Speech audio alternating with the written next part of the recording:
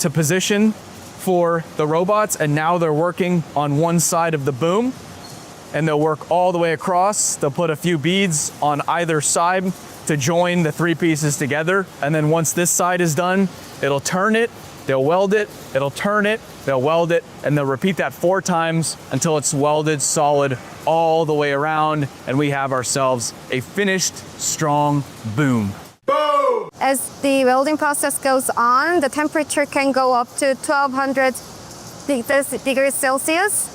However, we have the fence all around the welding area to prevent human disturbances, and the fumes and the sparks. We have the air ducting system at the ceiling to suck all the fumes and flames so that the area be kept clean.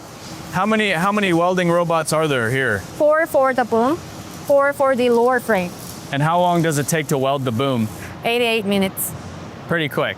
꽤 빠른 거죠? 88 minutes. Yep. 4 welding robots handle the boom, with about 96% of the fabrication process being fully automated. The result? Perfect booms every time. This is another key piece of the excavator. This is the bottom